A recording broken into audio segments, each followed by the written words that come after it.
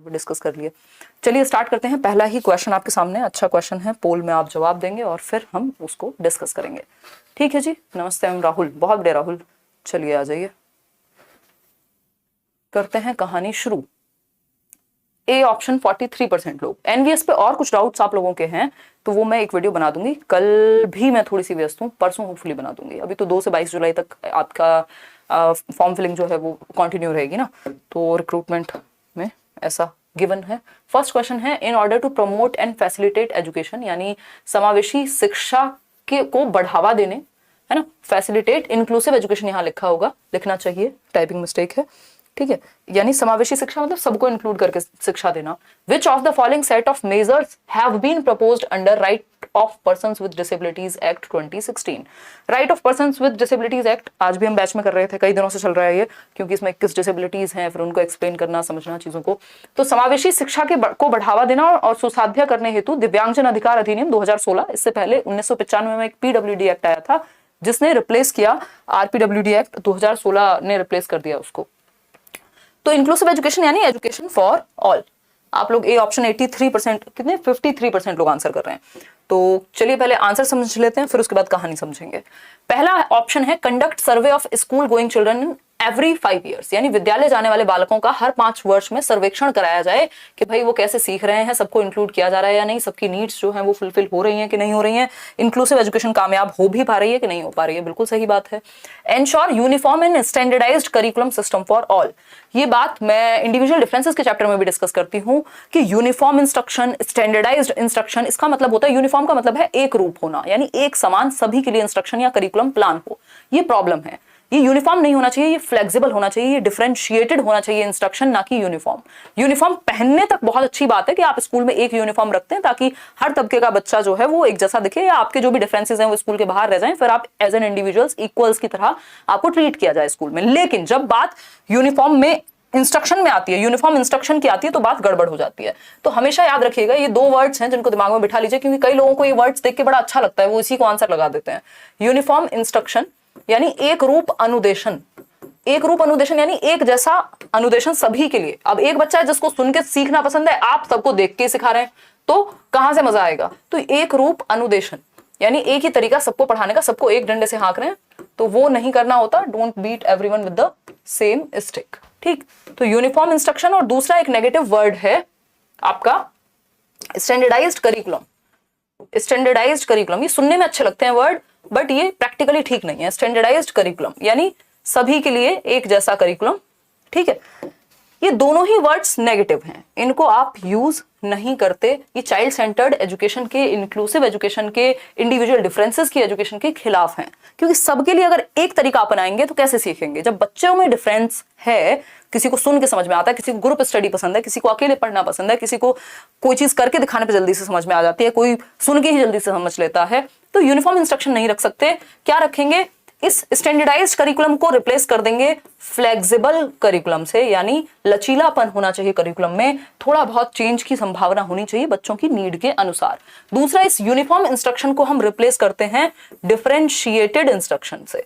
Differentiated मतलब विभेदी अनुदेशन, जो अलग अलग बच्चों की क्षमताओं और उनकी आवश्यकताओं को ध्यान में रख करके अलग अलग मेथड्स अपनाए, टीचर अलग अलग प्लान बनाए, ठीक है। तो ये डिफरेंशिएटेड इंस्ट्रक्शन और फ्लेक्सिबल करिकुलम होना चाहिए, ना कि यूनिफॉर्म और स्टैंडर्डाइज। ये दोनों ही नेगेटिव वर्ड हैं, समझ पा रहे हैं ना बात, दोनों ही नेगेटिव वर्ड हैं। एक और चीज होती है स्पेशल एजुकेशन को लेकर के, जिसको हम कहते हैं IEP, इंडिविजुअलाइज्ड एजुकेशन प्लान। ये भी एक पॉजिटिव चीज है इंक्लूसिव एजुकेशन के लिए या आपकी स्पेशल एजुकेशन के लिए, कि इंडिविजुअल की नीड को ध्यान में रखते हुए स्पेशल प्लान उनके अकॉर्डिंग बनाया जाए, उनके पेरेंट्स को इन्वॉल्व करके, ठीक। बात कर रहे हैं हम आरपीडब्ल्यूडी एक्ट की। पीडब्ल्यूडी एक्ट आया था, पर्सन्स विद डिसेबिलिटीज एक्ट 1995 में, जिसमें 7 डिसेबिलिटीज थी कि जो लोगों को कोई भी अक्षमता है, दिव्यांगता है, वो 7 तरह की थी कि मान लीजिए हियरिंग इंपेयर्ड है या कोई ब्लाइंड है ना, 7 डिसेबिलिटीज इंक्लूडेड थी। इसको भाई बदलाव की आवश्यकता होती है टाइम के साथ, एजुकेशन पॉलिसीज भी नहीं आ रही हैं, एनसीएफ भी नया आ रहा है, आरटीई भी आया, सर्व शिक्षा अभियान भी आया, उससे पहले कमीशन आए, इतने सारे, समय समय के साथ अपडेट होनी चाहिए चीजें। हालांकि हमारे यहाँ इंडिया में कुछ ज्यादा ही लेट अपडेट होती हैं। तो आरपीडब्ल्यूडी एक्ट जमानों बाद आया 2016 में, और ये right of persons with disabilities act कहा गया इसको, यानी दिव्यांगजन अधिकार अधिनियम, यानी जिन लोगों को कोई भी डिसेबिलिटी है, चलने फिरने या कोई भी मेंटल डिसऑर्डर है, या फिर ड्वार्फिज्म अगर हम बात करें यानी बोनापन, या एसिड अटैक विक्टिम्स को भी इसमें शामिल किया गया है ना। ब्लड रिलेटेड कुछ जेनेटिक प्रॉब्लम्स हैं, थैलेसीमिया और आपका हीमोफीलिया, और भी कई सारी बहुत सारी समस्याएं हैं, हमने डिस्कस भी किया है आरपीडब्ल्यूडी एक्ट को प्रॉपर तरीके से, पुरानी वीडियो यूट्यूब पे भी मिल जाएगी आपको। तो आरपीडब्ल्यूडी एक्ट 2016 में टोटल 21 डिसेबिलिटीज हैं। कितनी? 21 दिव्यांगता है, और ये प्रावधान भी है कि आप इसमें नोटिफिकेशन लगा करके और भी डिसेबिलिटीज ऐड हो सकती हैं। तो पहले कितनी थी? 7 1995 में, आज कितनी है? 21, 14 नई डिसेबिलिटीज ऐड हुई हैं।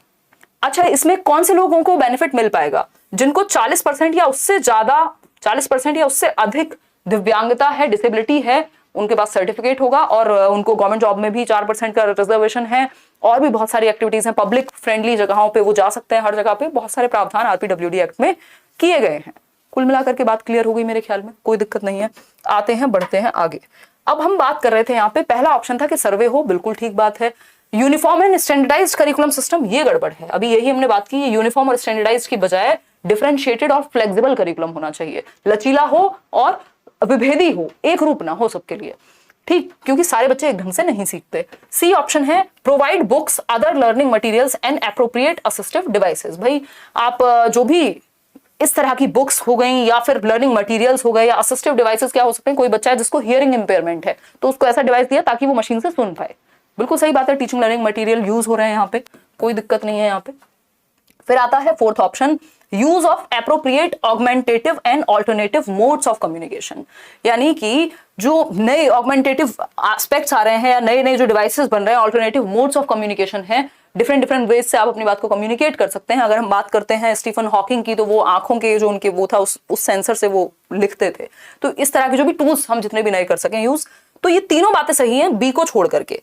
तो बी जहां पे है वो ऑप्शन तो अपने आप ही हट जाएगा, ठीक है। फर्स्ट, थर्ड और फोर्थ, सेकंड हट गया, तो सिर्फ सी ही ऑप्शन सही बचता है ना। अगर आप बाकी तीन को लेके कंफर्म भी नहीं थे, श्योर भी नहीं थे, और आपको पता था कि सेकंड गलत है, ये तो नहीं आएगा आंसर में, तो आप आंसर तक वैसे ही पहुंच जाते जहां पे बी था उसको एलिमिनेट करके।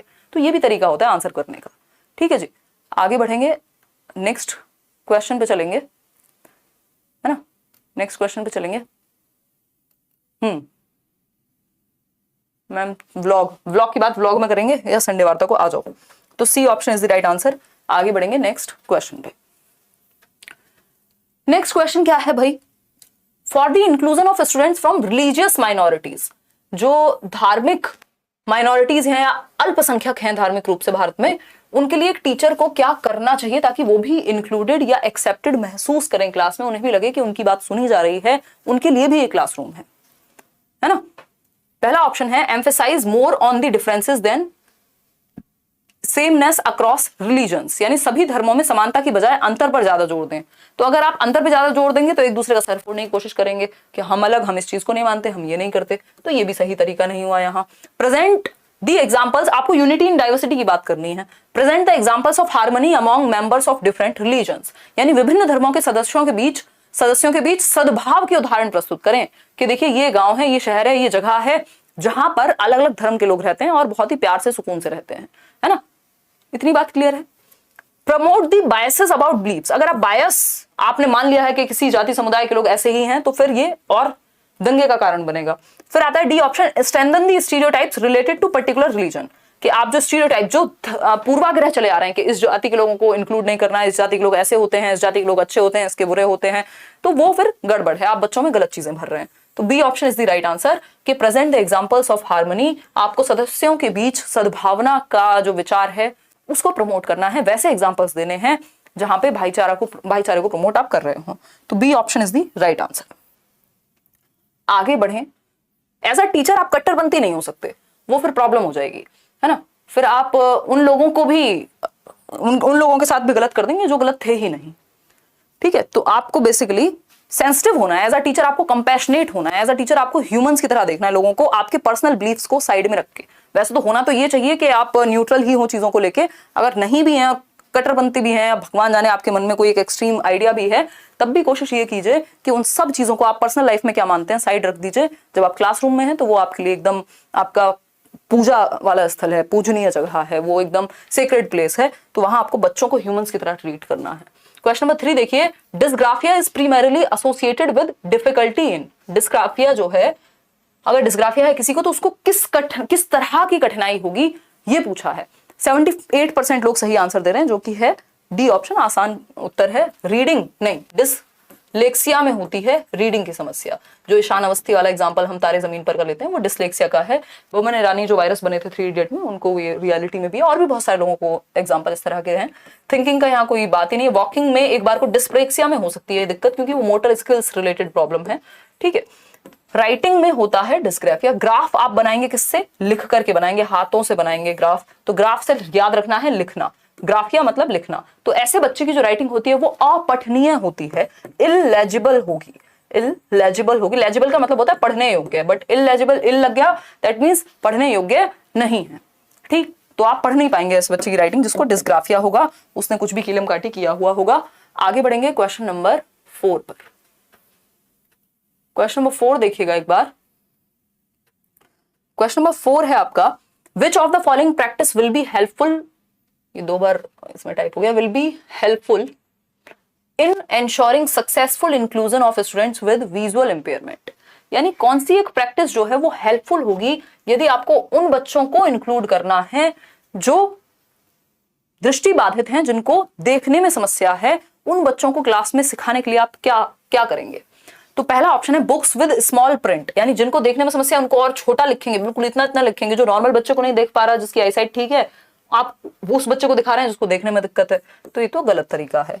Use of sign language by teacher and peers, sign language का आप यूज करेंगे, है ना। मतलब आप जिसको देखने में दिक्कत है तो हो सकता है ना उसको साइन लैंग्वेज को भी इस्तेमाल करने में दिक्कत हो, पर चलो फिर भी बाकी ऑप्शन, बेटर ऑप्शन देखते हैं। Use of tactile and embossed materials, ये बेस्ट है ना। कुछ हद तक ये शायद काम कर जाता, बट नहीं करेगा। बहुत सारे केसेस में जहां देखने में अत्यंत समस्या होगी वहां साइन लैंग्वेज भी काम नहीं कर पाएगी। अगर हम बात करते हैं यूज ऑफ टेक्टाइल, अब चाहे बच्चों को बिल्कुल भी दिखाई नहीं देता, यदि वो ब्लाइंड भी है तब भी टेक्टाइल मटेरियल, यानी जिसको टच किया जा सके, जिसको फील किया जा सके, है ना। कोई टेबल हो सकती है, कुछ और इस तरह का हो सकता है, ब्रेल लिपि हो सकती है।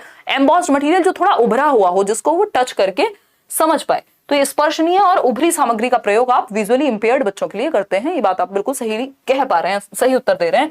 रिटन इंस्ट्रक्शन बोर्ड पे, जब देखने में समस्या है तो बोर्ड पे आप जो लिख रहे हैं उसको देखने में भी समस्या ही होगी, तो ये आपने कोई अच्छा तरीका नहीं अपनाया। सी ऑप्शन ही एकमात्र सही उत्तर है। क्वेश्चन नंबर देखिएगा 5। क्वेश्चन नंबर है अपने पास 5, देखिए एक बार। In order to cater to the needs of students with high creativity, यानी उन बच्चों की आवश्यकताओं को पूरा करने के लिए जो कि हाईली क्रिएटिव हैं, जो कि उच्च रचनात्मकता रखते हैं, जो कि नया करने की क्षमता अपने अंदर रखते हैं, अ teacher should avoid activities which promote. Teacher को कौन सी एक्टिविटीज अवॉइड करनी चाहिए, टीचर को किन गतिविधियों से बचना चाहिए। कन्वर्जेंट थिंकिंग यानी अभिसारी सोच जिसको हम कहते हैं। क्यूरियोसिटी टू लर्न, भाई जिसको नया नया कुछ कुछ करने की नीड है या उसके अंदर एक एबिलिटी है कुछ नया करने की। क्रिएटिव मतलब कुछ नया, कुछ डिफरेंट करना, जिसमें आप डाइवर्जेंट थिंकिंग, अलग अलग दिशाओं में सोचते हैं। तो ऐसे बच्चे की तो क्यूरियोसिटी टू लर्न को आपको बढ़ावा देना है कि उसके अंदर हर चीज को आके लेके जिज्ञासा होगी, क्वेश्चंस आएंगे, कुछ नया ट्राई करेगा, फेल होगा, फिर कुछ नया ट्राई करेगा, दिशाओं में सोचेगा। तो ये तो अच्छी बात है। ओरिजिनलिटी इसी का कॉम्पोनेंट होती है, एलिमेंट होती है कि विचारों की मौलिकता, कुछ नया सोचते हैं, कुछ मौलिक सोचते हैं, कॉपीड नहीं सोचते हैं। फिर आता है प्रॉब्लम सॉल्विंग स्किल्स, समस्या समाधान की क्षमताएं इनके अंदर होती है। अच्छा ये प्रॉब्लम है, इसको ऐसे सॉल्व करेंगे, है ना। तो प्रॉब्लम सॉल्व करने में भी कई बार बोला जाता है आवश्यकता ही आविष्कार की जननी है, तो प्रॉब्लम सॉल्व करने में कई बार नई चीज निकल के आती है, नई चीजों का आविष्कार होता है। कन्वर्जेंट थिंकिंग को आप अवॉइड करेंगे यदि आप क्रिएटिविटी को बढ़ावा दे रहे हैं। तो अभी सारी सोच का मतलब है सिकुड़ता हुआ, बस आप क्या कहेंगे, यस नो में आंसर दे दो, आप क्या कहेंगे, ट्रू फॉल्स में आंसर दे दो, आप क्या कहेंगे, ये 4 ऑप्शंस हैं इनमें से एक चूज कर दो। ये है कन्वर्जेंट थिंकिंग, सिकुड़ता हुआ। डाइवर्जेंट थिंकिंग क्या है, फैला हुआ एक तरह से। तो क्यूरियोसिटी, ओरिजिनलिटी, ये सब चीजें आपकी क्रिएटिविटी से जुड़ी हुई होती हैं। क्रिएटिविटी यानी रचनात्मकता के 4 एलिमेंट्स हैं, ये आपको बिल्कुल दिमाग में बैठ जाना चाहिए। 1 नंबर का क्वेश्चन आजकल लगभग सभी जगह आने लगा है क्रिएटिविटी से। 4 एलिमेंट्स हैं, FFOE, मैं आपको वर्बली बता देती हूँ। फ्लुएंसी यानी फ्लुएंटली इनके दिमाग में आइडियाज आते हैं एक के बाद एक के बाद एक। फ्लेक्सिबिलिटी यानी एक चीज काम नहीं की, लचीलापन होगा, दूसरी ट्राई करेंगे। ओरिजिनलिटी यानी मौलिकता, कुछ नया, कुछ डिफरेंट। इलैबोरेशन यानी उस चीज को फिर कहां कैसे प्रयोग किया जा सकता है, उसका पूरा डिटेल्स, ठीक है। डाइवर्जेंट थिंकर होते हैं क्रिएटिव बच्चे जितने भी होंगे वो दिशाओं में सोचेंगे। डाइवर्जेंट थिंकिंग और क्रिएटिव कन्वर्जेंट थिंकिंग आपकी दी है किसने, गिलफर्ड ने, JP गिलफर्ड। वो कहते हैं कि जो डाइवर्जेंट थिंकिंग है वो जुड़ी हुई है क्रिएटिविटी से, जो कन्वर्जेंट थिंकिंग है वो जुड़ी हुई है किससे, आपके इंटेलिजेंस से, बुद्धि से। क्योंकि जब आप 4 ऑप्शंस में से एक ऑप्शन चूज कर रहे हैं, दैट मींस कि आपने अपनी बुद्धि का प्रयोग किया है। जब आप कुछ नया सोच रहे हैं, दिशाओं में सोच रहे हैं, तब आपने क्रिएटिविटी यानी डाइवर्जेंट थिंकिंग का प्रयोग किया है। ठीक है, आगे बढ़ेंगे। A option is the right answer, क्योंकि अवॉइड पूछा था। क्वेश्चन नंबर 6 देखिएगा एक बार, क्वेश्चन नंबर 6 देखिएगा एक बार, ध्यान से पढ़िए और जवाब दीजिए पोल में।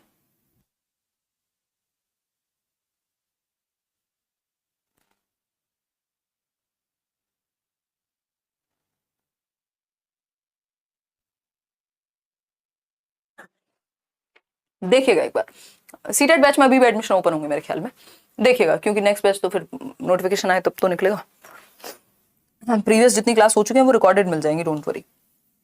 इन ऑर्डर टू सपोर्ट, कोई पूछ रहा है इसलिए बता रही हूँ, देखो एक बार, in order to support deep यानी गहन एंड लॉन्ग लास्टिंग नॉलेज, यानी आपकी इंटेंस नॉलेज, आपकी गहन नॉलेज, आपको गहरा ज्ञान और जो लंबे समय तक चले, लॉन्ग लाइफ आपके साथ चले, among learners are teacher should, एक टीचर को क्या करना चाहिए यदि वो चाहते हैं कि बच्चों में डीप थिंकिंग हो, वो गहरा सोचें, वो सिर्फ सतह पे सोच के ना छोड़ दें, और लॉन्ग लास्टिंग हो, जो उनके जीवन भर उनके साथ चले, तो क्या करना चाहिए। पहला ऑप्शन है prevent elaborating and discussing the recently learned concepts, यदि अभी सीखे गए संप्रत्तियों के विस्तरण और चर्चा करने से मना करेंगे, मतलब जो अभी सीखा है रिसेंटली उस पर कोई चर्चा नहीं, कोई विस्तारण नहीं, उस पर कोई अपने विचार नहीं, तो भूल जाएंगे वो कहां से फिर जिंदगी से जुड़ेगा, कहां से लॉन्ग लास्टिंग होगा, कहां से वो डीप जाएगा, फिर तो जो रट लिया वो रट लिया, ना उस पर डिस्कस किया, ना सोचा, ना समझा, ना जोड़ा उसको लाइफ में कहीं। फिर है B option, give the opportunities to apply the learning to different situations, ये बात बिल्कुल 100% सही है, हालांकि आप लोग 91% ही आंसर सही दे रहे हैं। विभिन्न परिस्थितियों में अधिगम को लागू करने के अवसर देंगे आप, भाई आपने जो सिखाया, बच्चे ने जो सीखा, उसको अलग अलग सिचुएशन में, अलग अलग जगह पे यूज करने का मौका देंगे, आप वो अप्लाई करें, जो सीखा है उसको अप्लाई करना बहुत जरूरी है ना। हम ज्ञान की बातें बहुत कर लेते हैं, बट हम कितनी चीजें अप्लाई कर रहे हैं उससे पता चलेगा कि वो जो हमारी समझ है वो कितनी डीप है और कितने लंबे समय तक हमारे साथ चलने वाली है। ठीक है, फिर आता है C option, focus on memorisation of content over its understanding.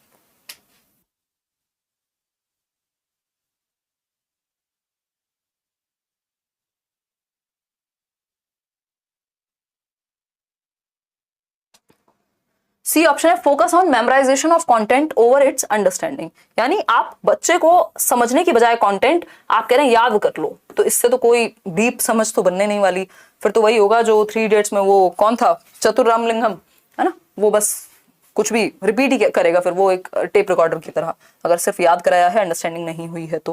Present information and instructions only in verbal form, भाई सिर्फ वर्बल फॉर्म में क्यों, कई बार हम एक्टिविटी कराएंगे, कई बार प्रैक्टिकल कराएंगे, कई बार दिखाएंगे, कई बार समझेंगे, कई बार चर्चा करेंगे, 70 तरीके हैं सीखने के, ऐसा थोड़ी कि एक ही तरीका है सीखने का।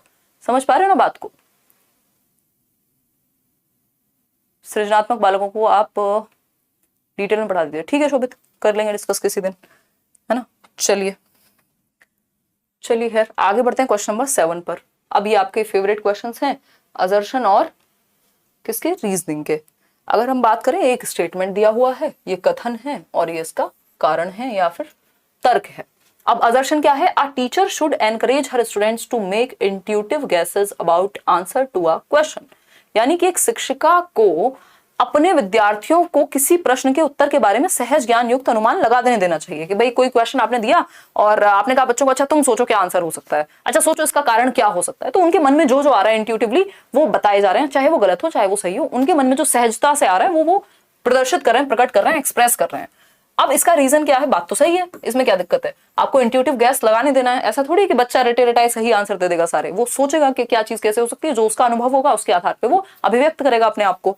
अब आता है reason, student should be instructed to answer only when they are absolutely sure of the correct answer, यानी विद्यार्थियों को केवल तभी उत्तर देने का निर्देश दिया जाना चाहिए जब वो बिल्कुल श्योर हो। तो ऐसे तो बच्चा हिचकेगा अपनी बात कहने से, झिझकेगा अपनी बात कहने से, वो एक्सप्रेस ही नहीं करेगा कि कहीं गलती से गलत हो गया तो दिक्कत हो जाएगी। जबकि सही उत्तर नहीं, यहाँ इंपॉर्टेंट ये है कि वो अपनी बात कहें, फिर उसको उस पर चर्चा हो, फिर सही उत्तर तक पहुंचा जाए, है ना। सिर्फ सही उत्तर बता देने से समझ पैदा नहीं होगी, सही उत्तर तक पहुंचना जरूरी है, ठीक है। तो ये तो बात फॉल्स है भाई, कि बच्चों को सिर्फ तभी उत्तर देना चाहिए जब उनको सही उत्तर पता हो, है ना। फिर तो बच्चों ने सोचना समझना तर्क करना सब छोड़ देंगे, फिर तो बस सही उत्तर याद कर लेंगे। तो ए तो सही है बट आर फॉल्स है। ए तो सही है बट आर फॉल्स है। आज इसमें आपने सही उत्तर दिए हैं, सी ऑप्शन 72% लोग कह पा रहे हैं, नहीं तो सिर्फ ए ही देते रहते हैं ज्यादातर लोग आंसर। क्वेश्चन नंबर 8 देखिएगा, क्वेश्चन नंबर 8 देखिएगा, अ teacher should plan activities which yield dash among learners, यानी एक शिक्षक को ऐसी गतिविधियों की योजना बनानी चाहिए जो शिक्षार्थियों के बीच डैश उत्पन्न करे, यानी किस तरह की एक्टिविटीज को आप प्लान करें अपने लेसन प्लान में, किस तरह की एक्टिविटीज को डालें, इंक्लूड करें जिनसे बच्चों में चिंता पैदा हो। तो आप क्या मतलब बच्चों को चिंता में डालने के लिए खड़े हुए हैं क्लासरूम में, बोर्डम यानी बोर ही हो जाए वो, तो फिर लर्निंग में मजा नहीं आएगा, सीखने में मजा नहीं आएगा। जिज्ञासा, क्यूरियोसिटी, हर चीज को लेके क्वेश्चनिंग, हाँ ये तो पॉजिटिव बात लग रही है। हतोत्साहन, डिस्करेज करेंगे आप बच्चों को, डिस्करेज करेंगे तो सीख लिया फिर तो उन्होंने, फिर तो वो सीखना चाहेंगे नहीं अगर डिस्करेज हैं तो। क्या होगा? क्यूरियोसिटी, जिज्ञासा। क्या होगा? जिज्ञासा। क्या आप जिज्ञासु कितने हैं, कितने क्यूरियस हैं आप, कितना जानना चाहते हैं, इस चीज को प्रमोट करना है। ऐसी एक्टिविटीज करानी है जिसमें बच्चों की क्यूरियोसिटी या जिज्ञासा बेहतर हो। आगे बढ़ेंगे क्वेश्चन नंबर 9 पर। Knowledge about how to do a particular task is called, यानी कि किसी विशेष कार्य को कैसे करना है इसके ज्ञान को डैश कहा जाता है। मतलब मान लीजिए आपको एक पंखा लगाना है, क्या लगाना है? पंखा लगाना है ना, पतंग उड़ानी है, क्या करना है? पतंग उड़ानी है, साइकिल चलानी है ना, साइकिल चलानी है, साइकिल है, साइकिल है, जो भी होता होगा, ठीक है, ठीक है। गाड़ी ड्राइव करनी है, ड्राइविंग सीखनी है, स्विमिंग सीखनी है फॉर दैट मैटर, तो क्या होगा? Knowledge about how to do particular task is called. Lock को अनलॉक करना है, ताला खोलना सीखना है, माचिस जलानी सीखनी है, ठीक है, आग लगानी सीखनी है। देख रहे हो क्या?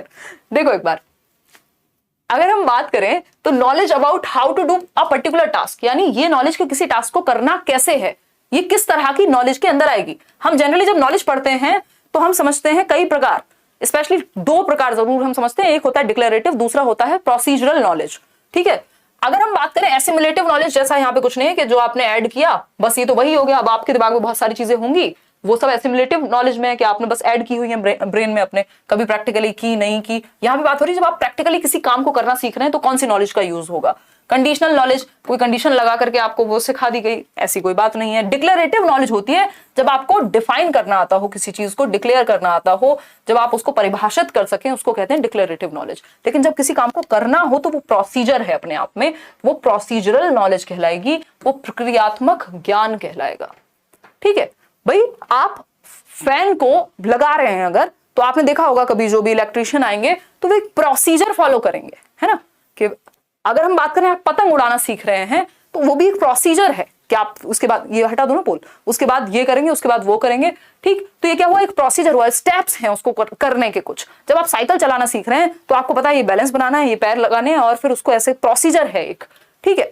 जब आप स्विमिंग सीख रहे हैं तो प्रोसीजर है एक, क्या है? एक प्रक्रिया है जिसमें कुछ स्टेप्स हैं जो करके आएंगे। तो प्रोसीजरल नॉलेज को हम ज्यादा बेटर मानते हैं कई बार डिक्लेरेटिव से। डिक्लेरेटिव में डेफिनेशन और नॉलेज तो आपको होती है डिफाइन करने की, बट प्रोसीजर में आपको करके दिखानी होती हैं चीजें।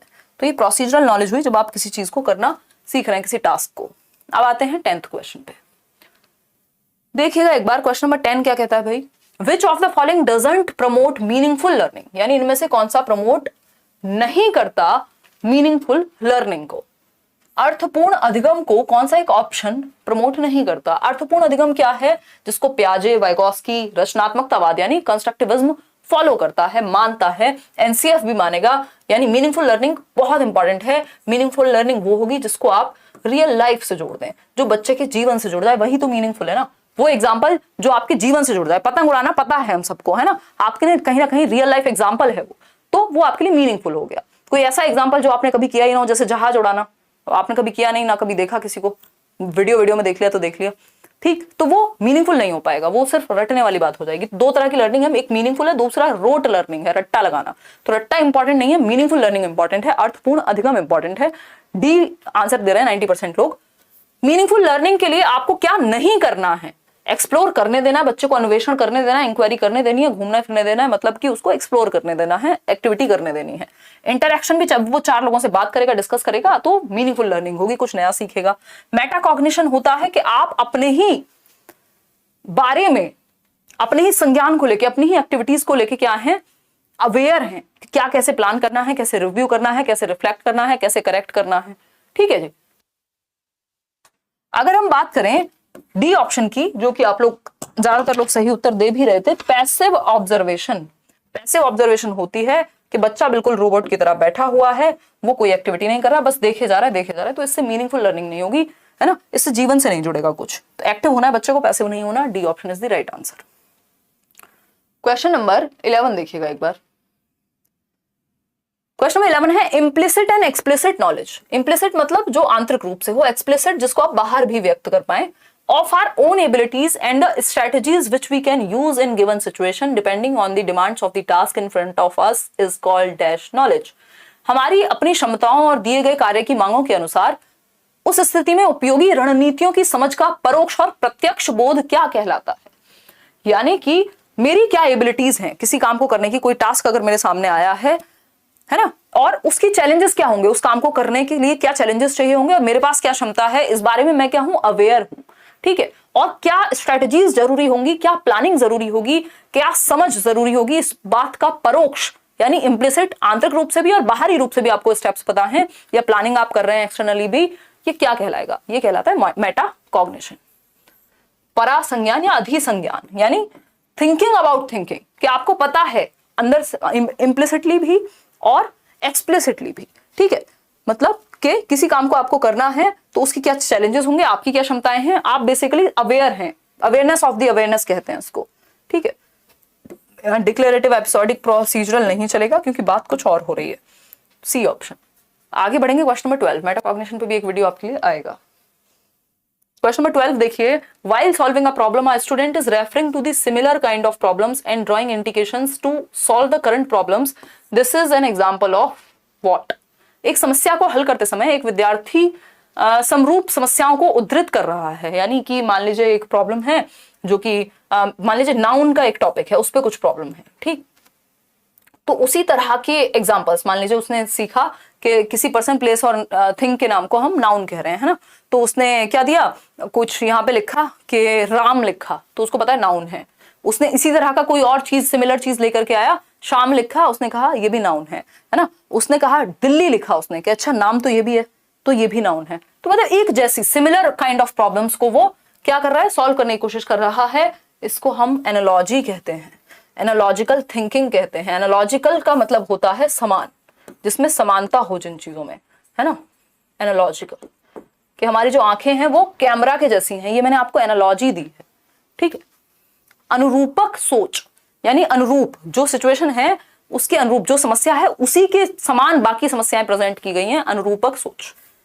फंक्शनल फिक्सडनेस होती है जब आप किसी काम को करने के डिफरेंट तरीके ना अपना पाए। किसी काम को करने का कोई भी काम आपके सामने आता है, बस सेम फंडे अपनाते हैं आप, तो ये फंक्शनल फिक्सडनेस प्रॉब्लम है, प्रॉब्लम सॉल्विंग में अपने आप में ही, है ना। रिस्पॉन्स सेट के एक सेट आपने तैयार कर लिया, सेम तरह से रिस्पॉन्स देते हैं आप। वर्किंग बैकवर्ड स्ट्रेटेजी काम की नहीं है यहाँ पे।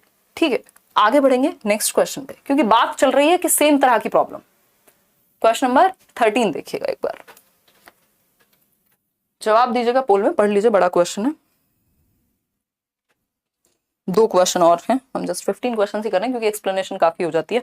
तो ये एक बात है, कोई कह रहा है 12 का ए, एक मिनट रुको, there is a teacher then there is faith. 12 का ए, अच्छा मतलब आंसर कर रहे हो संदीप, ठीक है। मैम आज अतरंगी क्या क्या क्या मजे ले रहे हो हैं ऐसे ही, आज शतरंगी रणवीर सिंह जैसे लग रहे हो, बस यही रह गया था सुनना, इसीलिए मैं जी रही थी। हाँ, जीवन बहुत बोरिंग हो रहा था, है ना। मेरे कुछ दोस्त भी यही कहते हैं, कह रहे यार दुनिया की हर प्लेन चीज तुमको पसंद आने लग गई है, तुम्हारी उम्र हो गई, एक काम करो तुम ना अतरंगी कपड़े लो आज से। मैंने ठीक है, ये भी कर लेंगे।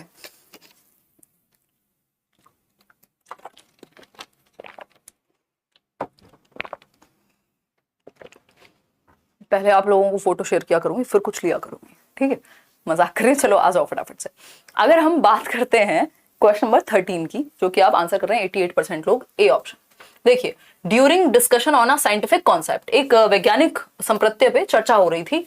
A teacher found that a few students have certain misconceptions. Teacher ने पाया कि कुछ बच्चों के दिमाग में ना कुछ मिसकॉन्सेप्शंस हैं, कुछ भ्रांतियां हैं, है ना, कुछ भ्रांतियां हैं। Related to that concept, what should the teacher do in such a scenario ऐसा हो सकता है कि कई बार साइंटिफिक टॉपिक्स को लेकर के, जैसे हम कई बार भ्रांतियां होती ही हैं, है ना, कि पीपल का पेड़ है भाई, कुछ प्रॉब्लम होगी, ये होगा वो होगा। साइंटिफिक रीजन क्या है भाई, ऑक्सीजन 24 घंटे एमिट करता है, और भी बहुत सारे रीजन हो सकते हैं। तो वो कहीं ना कहीं मिसकॉन्सेप्शन कुछ बन जाते हैं किसी एक साइंटिफिक पॉइंट पे। तो उन मिसकॉन्सेप्शंस को यदि पता है टीचर को कि किसी साइंटिफिक टॉपिक पे डिस्कशन हो रहा है और कुछ बच्चों की कुछ भ्रांतियां हैं, कुछ उन्होंने मिसकॉन्सेप्शन बनाए हुए हैं या ऑल्टरनेटिव कॉन्सेप्शंस बनाए हुए हैं, यानी वो रॉन्ग है, एक तरह से कुछ ना कुछ गड़बड़ है, तो इस केस में क्या किया जाए? पहला ऑप्शन है, let students talk about the misconception and provide opportunities for discovering scientific logic. बहुत प्यारा आंसर, और आप लोग सही भी दे रहे हैं। 89% लोग, 88% लोग, बहुत बढ़िया। विद्यार्थियों को भ्रांतियों के बारे में बात करने दें, उनको चर्चा करने दें और वैज्ञानिक तर्क की खोज के अवसर दें कि वो साइंटिफिक बात तक पहुंच पाए। अगर आप बजाय कि उनको डायरेक्ट करेक्ट कर देने के, आप उनको चर्चा करने दो, ताकि एक बच्चा एक लॉजिक देगा, दूसरा बच्चा दूसरा लॉजिक देगा, फिर वो सही चीज तक पहुंचेंगे, कहीं ना कहीं वो साइंटिफिक थॉट तक पहुंचेंगे। आउटराइटली रिजेक्ट, ऐसा नहीं है कि आपको सीधा रिजेक्ट कर देना है, उनको सुनना है, क्योंकि वो भी एक तरह का उनका कॉन्सेप्शन है जो बना है। Refer these children to a special educator, ऐसा नहीं कि इनमें कोई प्रॉब्लम है तो आप स्पेशल बच्चे हो गए, उनको स्पेशल एजुकेटर के पास ले जाओ, डिसेबिलिटी का असेसमेंट कराओ। Teacher should not respond on those misconceptions and move ahead towards next chapter. अगर मिसकॉन्सेप्शन पे डिस्कशन नहीं होगा तो वो भ्रांति जीवन भर के लिए रह जाएगी, तो उसको डिस्कशन करके सही करना होता है, कई बार चैलेंज भी करना होता है, बट रिजेक्ट नहीं करना होता, क्योंकि बच्चा कम से कम कुछ ना कुछ तो सोच पा रहा है ना, तो उसको एक्सप्रेस करने दे, नहीं तो अगली बार से वो एक्सप्रेस ही नहीं करेगा, अपने आप को अभिव्यक्त ही नहीं करेगा। क्वेश्चन नंबर 14 देखिएगा, विच of the following statement about emotion, यानी संवेग और संज्ञान के बारे में कौन सी एक बात ठीक है? मैं इसको इस तरह से कहती हूँ कई बार, संवेग यानी इमोशंस, हार्ट, दिल, ठीक, संज्ञान यानी दिमाग, दिल और दिमाग की लड़ाई बोलते हैं ना हम लोग, ठीक। तो इमोशन यानी संवेग, हम जो फील कर रहे हैं, कॉग्निशन जो हमारे संज्ञानात्मक चीजें हैं, जो हमारे दिमाग से संबंधित एक्टिविटीज हैं, चाहे वो सोचना हो, समझना हो, तर्क करना हो, प्रॉब्लम सॉल्व करना हो। ठीक है जी, चलिए समझते हैं फटाफट से कॉग्निशन और इमोशन के बारे में कौन सी बात सही है। Attention span remains unaltered by any kind of emotions. देखो, अगर आपको ना नया नया ब्रेकअप हुआ हो, बहुत दुख में हो, किस दिन कोई घटना घट गई हो, तो जो आपकी अटेंशन है ना, आप कई बार फिजिकली प्रेजेंट होते हैं उस जगह पे, आपका दिमाग कहीं और चला जाता है। क्यों? क्योंकि आपके इमोशंस की वजह से आपकी अटेंशन प्रभावित हुई है। इवन अटेंशन छोड़ो, आपकी मेमोरी, बहुत सारी चीजें प्रभावित होती हैं जो आपके इमोशंस हैं। अगर आप बहुत ज्यादा खुश हैं तो भी प्रभावित होंगी, अगर आप बहुत ज्यादा दुखी हैं तो भी प्रभावित होंगी। ठीक है, तो इमोशंस से हमारी अटेंशन स्पैन प्रभावित होती है, ये बात बिल्कुल सही है। अटेंशन स्पैन रिमेन्स अनऑल्टर्ड, ये बात गलत है, क्योंकि इन्होंने ये कह दिया कि अटेंशन स्पैन अनऑल्टर्ड, मतलब कोई ऑल्टरेशन नहीं है, कोई चेंज नहीं होगा आपके अटेंशन स्पैन में, फर्क ही नहीं पड़ेगा। भाई रोबोट थोड़ी है कि फर्क नहीं पड़ेगा, ध्यान आपका, आपके इमोशंस खींच लेते हैं कई बार। फिर आता है B option, emotions and logical thinking are independent of each other, यानी कि संवेग और तार्किक सोच एक दूसरे से स्वतंत्र हैं। ऐसा सिर्फ ज़ेज़ोंग के एक व्यक्ति हैं जो मानते हैं, बाकी कोई नहीं मानता कि जो इमोशंस हैं और लॉजिकल थिंकिंग है, यानी आपका संज्ञान, आपका दिमाग और आपका दिल बिल्कुल अलग हैं। कई बार दोनों एक दूसरे को प्रभावित करते हैं मोस्ट ऑफ द केसेस में। अगर आप ठीक महसूस नहीं कर रहे हैं तो हो सकता है जो चीज आपको आती होगी उसमें भी आप गड़बड़ कर दें। ठीक, फिर आता है emotions facilitate the encoding and retrieval of memories, यानी कि संवेग स्मृतियों के कूटलेखन और पुनर्प्राप्ति को सुसाध्य करते हैं। आप लोगों ने सबने गलत आंसर दिया है, 57% लोग बी ऑप्शन कह रहे हैं, जो कि गलत है ना। इसको समझिए ऐसे, कोई तो सही उत्तर दे रहा है मैग्नेट के साथ, मनीषा कह रही है 14 का सी। चलिए मनीषा, आपको एक लड्डू हमारी तरफ से। Emotions facilitate the encoding and retrieval of memories, ये बात सही है। फिर भी डी ऑप्शन चेक करेंगे, memory is not associated with positive और नेगेटिव इमोशंस, ऐसा नहीं है। जब आप स्मृति की बात करते हैं, आप आज से 4 साल पहले की भी कोई चीज सोचेंगे तो आपकी मेमोरी में किसी मतलब आपकी उस मेमोरी में जो आपने सोचा है, कोई ना कोई एक इमोशन अटैच होगा। या तो आपको किसी चीज को देख के अगर किसी की याद आ रही है, या तो आपको अच्छा महसूस होगा या खराब महसूस होगा, या कुछ तो आप महसूस करेंगे ना, है ना। मतलब ऐसा नहीं है, ऐसा कई बार हो सकता है कि आप न्यूट्रल रहें, बहुत ज्यादा महसूस ना करें, बट कुछ तो। ठीक, तो memory is not associated with positive और नेगेटिव इमोशंस। ऐसा नहीं है कि मेमोरी एसोसिएटेड नहीं है, अगर आप बुरा फील करते हैं तो कुछ बुरे मोमेंट्स रहे होंगे, वो मेमोरी से आ रहे हैं।